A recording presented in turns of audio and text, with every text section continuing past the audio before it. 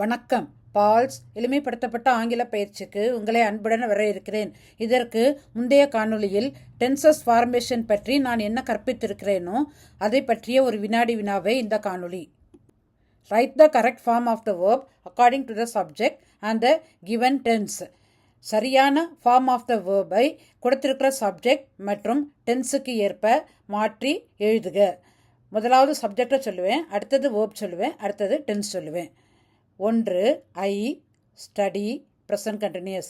2 Sara travel present simple.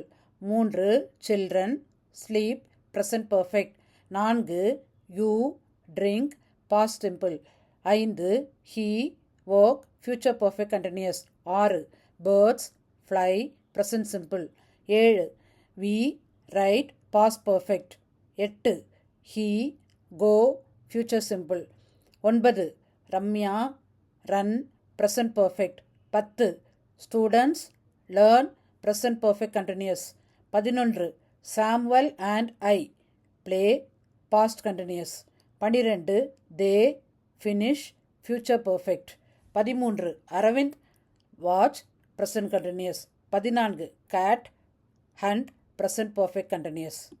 விடைகளை பார்ப்போமா? 1 am studying. 2 travels. 3 have slept. 4 drank. 5 will have been working. 6 fly. 7 had written. 8 will go. 9 has run. 10 have been learning.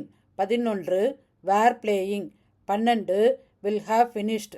13 is watching. 14 has been hunting.